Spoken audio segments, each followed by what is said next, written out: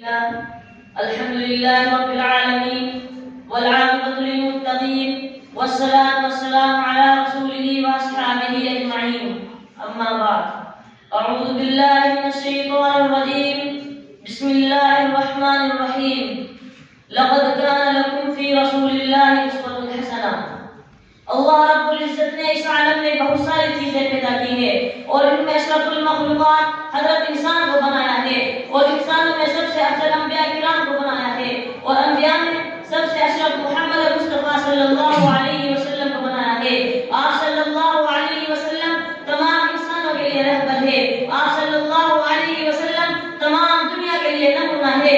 آپ صلی اللہ علیہ وسلم کے اخلاق و کردار ایسے ہیں کہ ہر کوئی آپ پر فریفتہ ہو جاتا ہے، حتیٰ کہ اپنے کہتے ہیں کہ اس دنیا میں محمد جیسا کوئی نہیں اور جو چیز محمد کے پاس ہے وہ کسی کے پاس نہیں۔ دوستو، آپ صلی اللہ علیہ وسلم کی سیرت کا مطالعہ کرو، اس کو پھیلاؤ اور اس پر چلو۔ محترم حضرات، آپ صلی اللہ علیہ وسلم کے اخلاق و سیرت کہاں تک بیان کی جائے؟ حضرت عائشہ رضی اللہ عنہا فرماتی ہے کہ اللہ تعالیٰ نے قرآن اتارا، آپ صلی اللہ علیہ وسلم کے اخلاق کی تفسیر ہے۔ ایک مرتبہ آپ صلی اللہ علیہ وسلم کسی غزوے سے واپس لوٹ رہے تھے۔ آپ اور آپ کے ساتھی الگ الگ کسی جگہ آرام کے لیے اترے، کپڑے دھو کر سکھائے اور آرام کرنے لگے۔ اتنے میں ایک دشمن آیا، آپ صلی اللہ علیہ وسلم کی تلوار جو درخت پر لٹکی ہوئی تھی لے کر کھڑا ہو گیا اور کہنے لگا، آج محمد کو قتل کرنے کا اچھا موقع ہے۔ آپ صلی اللہ علیہ وسلم بیدار ہوئے اور کھڑے ہو گئے۔ اس دشمن نے کہا، بتا محمد تجھ کو مجھ سے کون بچائے گا؟ آپ صلی اللہ علیہ وسلم نے اطمینان کے ساتھ جواب دیا، اللہ۔ آپ صلی اللہ علیہ وسلم کا جواب سن کر وہ تھر تھر کانپنے لگا۔ آپ صلی اللہ علیہ وسلم نے اس سے تلوار لی اور کہا، بتا تجھ کو مجھ سے کون بچائے گا؟ اور وہ کہنے لگا، اب تو آپ ہی کے رحم و کرم پر ہو۔ آپ صلی اللہ علیہ وسلم نے اس کو معاف فرما دیا۔ دیکھو، حضور صلی اللہ علیہ وسلم کو قتل کرنے جا رہا تھا، مگر حضور صلی اللہ علیہ وسلم نے اس کو معاف فرما دیا۔ یہ تھے آپ صلی اللہ علیہ وسلم کے اخلاق۔ ایسے بہت واقعات ہیں جو کتب حدیث میں بھرے پڑے ہیں۔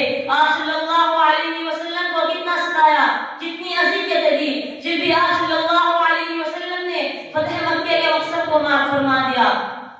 محترم حضرات، آپ صلی اللہ علیہ وسلم کے اخلاق و سیرت کا مطالعہ کرو تو آپ کو اندازہ لگے گا کہ آپ صلی اللہ علیہ وسلم نے امت کے لیے کیسے اخلاق پیش کیے ہیں۔ چنانچہ مورخین نے سیرت کی کتابوں میں یہ واقعہ درج کیا ہے کہ جب آپ صلی اللہ علیہ وسلم کی عمر 35 سال تھی اور خانہ قریش مکہ نے خانہ کعبہ کو احسن تعمیر کیا، کیونکہ اس کی دیواریں سیلاب کی وجہ سے پھٹ گئی تھی۔ تعمیر کی عمارت میں سب شریک رہے، مگر جب حجر اسود کو نصب کرنے کی باری آئی تو آپس میں اختلاف پیدا ہو گیا اور یہ اختلاف سخت ہوتا گیا اور ہر شخص کی یہی خواہش تھی کہ یہ کام میرے ہاتھ سے انجام پائے۔ بالآخر ابو امیہ بن جعفر جو سب سے بڑی عمر والا اور جہان دیدہ تھا، اس نے مشورہ دیا کہ کسی کو حکم بنا کر یہ کام پائے تکمیل تک پہنچایا جائے، اور سب نے اس کی رائے پر اتفاق کیا اور یہ بات قرار پذیر ہوئی کہ جو شخص سب سے پہلے حرم میں داخل ہوگا وہی اس کا حکم ہوگا۔ اگلے روز سب سے پہلے آنے والے شخص نبی کریم صلی اللہ علیہ وسلم ہی تھے۔ تو جب صلی اللہ علیہ وسلم کو خانہ کعبہ کے دروازے پر پایا تو حاضر امین رضینا کے نعرے لگا دیے، یہ امین ہے، ہم انہی کے فیصلے پر راضی ہے۔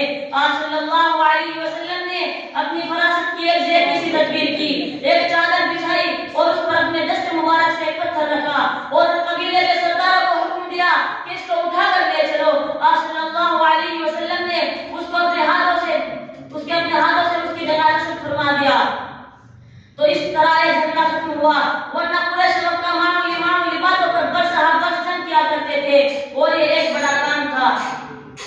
اللہ تعالیٰ مجھے اور آپ